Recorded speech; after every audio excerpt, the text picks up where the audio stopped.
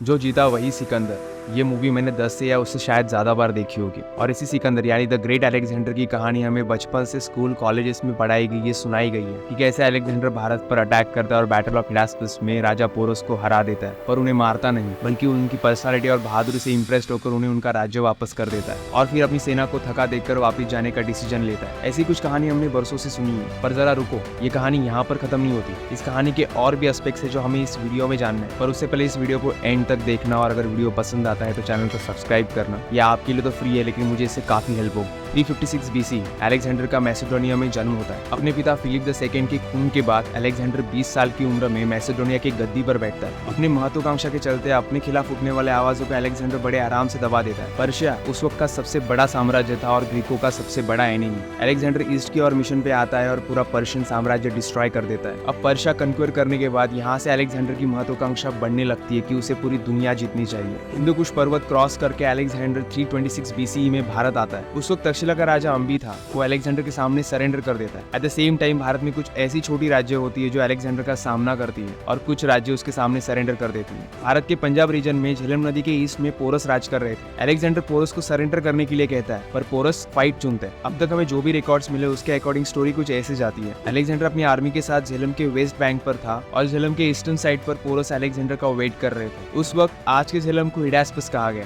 क्योंकि उस वक्त बारिश का मौसम था तो झेलम रिवर में काफी बाढ़ आई हुई थी। अलेक्जेंडर को 2 महीना वेट करना पड़ा नदी में बाढ़ के कारण। अगर वो सामने से जाता तो पोरस उसका वेट कर रहे थे। तो अलेक्जेंडर पोरस को डिस्ट्रैक्ट करने के लिए अपनी सेना की कुछ टुकड़ी लेकर झेलम के किनारे 17 माइल्स नॉर्थ में एक छोटे से आइलैंड के सहारे झेलम रिवर को क्रॉस करता है। तूफान और बारिश की वजह से पोरस को इसकी इन्फॉर्मेशन लेट मिलती है। वैसे ही पोरस अपने आर्मी के 2000 सोल्जर्स के साथ अपने बेटे को भेजते हैं अलेक्जेंडर को रोकने के लिए, पर अलेक्जेंडर के सामने इनकी आर्मी कमजोर और कम पड़ जाती है और जिसमें पोरस का बेटा मारा जाता है। अब अलेक्जेंडर पीछे से आकर पोरस पर अटैक करता है और नदी के उस पार अलेक्जेंडर की सेना रिवर क्रॉस करके सामने से पोरस पर अटैक करते हैं। इस बैटल में पोरस हाथी, घुड़सवार, चैरियट्स का यूज करते हैं। अलेक्जेंडर की लाइफ में ये पहली बार था कि किसी युद्ध में वो हाथियों का यूज होते हुए देख रहा था। पोरस और अलेक्जेंडर में घमासान युद्ध शुरू होता है। ये युद्ध रात में शुरू होता है और तूफान और बारिश की वजह से पोरस की सेना अपने बड़े बोज एंड एरोज यूज नहीं कर पा रहे थे। ऊपर से जमीन इतनी गीली हो चुकी थी कि उनके चैरियट्स कीचड़ में धंस रहे थे। पोरस की सेना को अलेक्जेंडर पर हावी होता देख अलेक्जेंडर अपनी सेना को ऑर्डर देता है कि पोरस के हाथियों पर जैवलिन, स्पीयर्स, एरो से अटैक करें, जिससे परिणामी हाथी अलेक्जेंडर की सेना की बजाय पोरस की सेना को कुचलने लगते हैं, जिसमें पोरस भी जख्मी होते हैं। ये देखकर पोरस युद्ध रोकते हैं और अलेक्जेंडर के सामने सरेंडर करते हैं। अलेक्जेंडर को पोरस को जिंदा पकड़ना था और वो जिंदा पकड़ते भी है। अब पोरस को अलेक्जेंडर के सामने लाया जाता है। अलेक्जेंडर पोरस से पूछता है कि उन्हें कैसे ट्रीट किया जाए। फिर जवाब में पोरस कहते हैं लाइक अ किंग, एक राजा की तरह। और कैसे अलेक्जेंडर बैटल जीतने के बावजूद पोरस की पर्सनालिटी और बहादुरी से इंप्रेस्ड होकर उन्हें उनका राज्य वापस कर देते हैं। जब अलेक्जेंडर भारत में आगे बढ़ने की सोचता है तो उसकी सेना 9 साल कंटिन्यूस वॉर के कारण थकी हुई थी, इसलिए ना चाहते हुए भी अलेक्जेंडर को वापस जाने का डिसीजन लेना पड़ता है। ओके, सुनने में ये कहानी काफी मजेदार लग रही है और वर्ल्ड वाइड बुक्स में भी सेम कहानी लिखी गई है, पर यहाँ पे एक सवाल भी उठता है कि जो इंसान अपनी महत्वाकांक्षा के चलते पूरी दुनिया जीतने निकला था, बैटल ऑफ हिडास्पस के बाद वापस जाने का डिसीजन क्यों लेता है? ये पूरी कहानी हम बरसों से सुनते आ रहे हैं और ये कहानी ग्रीकों ने हमें उनके नरेटिव्स के चलते सुनाई है और ये कहानी उनके हिस्टोरियंस ने लिखी है, हमारे नहीं। तो हमारे हिस्टोरियंस कहाँ पे थे? क्या हमारे इंडियन हिस्टोरियंस ने इसे लिखना जरूरी नहीं समझा? हम इंडियंस के पास बैटल ऑफ हिडास्पस, अलेक्जेंडर का भारत पर इन्वेजन के कोई भी रिकॉर्ड या ऐसा एक भी सोर्स अवेलेबल नहीं है जो इसे प्रूव कर सके। अलेक्जेंडर छोड़ो, हमारे पास तो पोरस,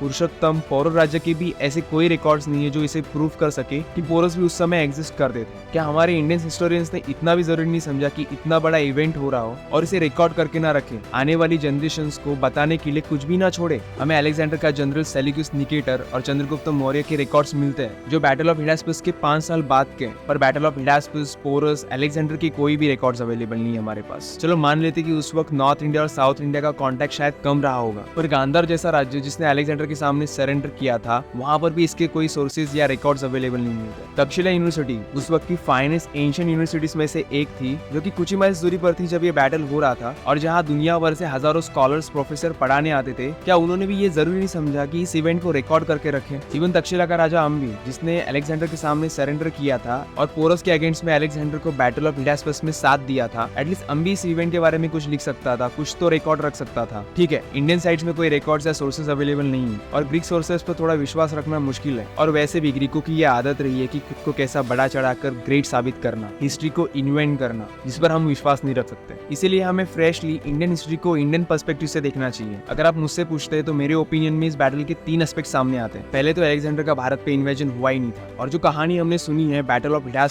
अलेक्जेंडर और पोरस के बीच की, सब झूठ है। इवन पोरस भी शायद एग्जिस्ट करते नहीं होंगे। ये कहानी ग्रीकों के साइड से रिकॉर्ड है। इंडियन साइड से किसी ने भी इस इवेंट को रिकॉर्ड करना जरूरी नहीं समझा। इसका रीजन ये हो सकता है या तो इंडिया में बड़े राज्यों ने अलेक्जेंडर के इन्वेजन को इंपॉर्टेंस देना इतना जरूरी नहीं समझा होगा। ग्रीक सोर्सेज क्लेम करते हैं कि पोरस के पास 20 to 50,000 इन्फेंट्री, 2,000 कैवलरी, 200 हाथी और 300 से ज्यादा चैरियट्स थे। अगर पौरव राज्य इतना बड़ा था और पोरस के पास इतनी बड़ी आर्मी थी तो हमें आज पोरस के बारे में कुछ तो लिखा हुआ मिलता है इंडियन साइड में। इवन तक्षशिला यूनिवर्सिटी, जहां 1000 से ज्यादा स्कॉलर्स प्रोफेसर्स पढ़ाने आते थे, उन्होंने भी इसे इंपॉर्टेंट देना जरूरी नहीं समझा होगा। इंडियन हिस्टोरियंस ने Alexander, battle of Hydaspes, porous के बारे में इतने रिकॉर्ड रखना जरूरी नहीं समझा होगा। पर अलेक्जेंडर का जनरल सेल्यूकस निकेटर और चंद्रगुप्त मौर्य के रिकॉर्ड्स हमें मिलते हैं। यहाँ ये तो क्लियर है कि इंडियंस के लिए अलेक्जेंडर का भारत पर इन्वेजन, बैटल ऑफ हिडास्पस इतना इंपॉर्टेंट इवेंट नहीं रहा होगा कि उसे लिख कर रखे। दूसरा एस्पेक्ट कहता है कि अलेक्जेंडर का भारत पर इन्वेजन हुआ था, पोरस राजा भी थे और बैटल ऑफ हिडास्पस भी हुआ था जिसमें अलेक्जेंडर ने पोरस को हराया था। पर अलेक्जेंडर एक जुल्मी क्रूर इन्वेडर था। अपने दुनिया जीतने के महत्वाकांक्षा के चलते जहाँ पर भी गया वहाँ कत्लेआम की,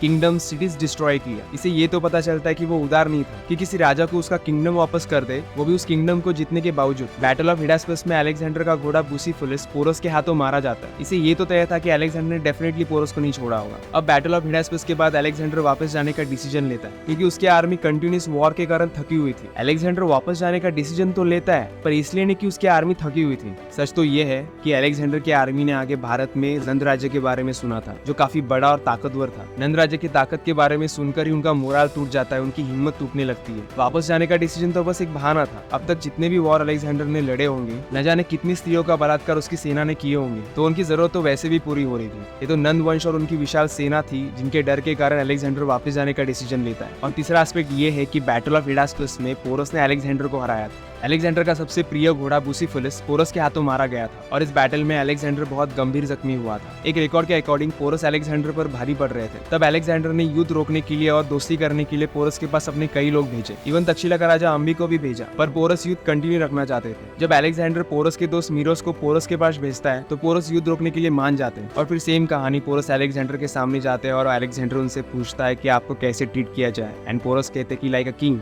एक राजा की तरह। और कैसे अलेक्जेंडर पोरस से इंप्रेस्ड होकर उनका राज्य वापस कर देने वाली कहानी। लेकिन यहाँ पर इस कहानी में भी पैराडॉक्स है। आपको क्या लगता है कि पोरस ने अलेक्जेंडर के साथ दोस्ती की होगी? नहीं। जिस अलेक्जेंडर ने पोरस के बेटे को मारा था, जो अलेक्जेंडर उनके राज्य पर हमला करने आ रहा था, जो ऑलरेडी कई राज्य डिस्ट्रॉय कर चुका था, क्या पोरस उसे ऐसे ही माफ कर देते? पोरस खुद एक राष्ट्राभिमानी थे। अलेक्जेंडर के खिलाफ लड़ने के लिए उन्होंने दूसरे राजाओं से भी मदद मांगी थी। इसलिए सच तो ये है कि इस युद्ध में अलेक्जेंडर की हार होती है पोरस के हाथों। 1957 में रशियन मार्शल जेरोजी जुकोव देहरादून में इंडियन मिलिट्री एकेडमी के कैडेट्स को एड्रेस करते हुए कहते हैं, इंडिया में अलेक्जेंडर को मेजर हार का सामना करना पड़ा था पोरस के हाथों। दोस्तों, ग्रीकों ने या जितने भी फॉरेनर्स ने आज तक इंडियन हिस्ट्री लिखी है, उन्होंने अपने फेवर में लिखी है और हम इंडियंस को हमेशा नीचा दिखाया। वन साइडेड फॉरेन सोर्स पर हम विश्वास नहीं रख सकते क्योंकि जिसके हाथ में पेन होगा उसी के हाथ में हिस्ट्री लिखने की पावर होगी। हम इंडियंस को इंडियन हिस्ट्री को इंडियन पर्सपेक्टिव से देखना शुरू करना होगा। दैट्स इट दोस्तों, आपको वीडियो कैसा लगा नीचे कमेंट में जरूर लिखिए। मिलते हैं नेक्स्ट वीडियो में। धन्यवाद।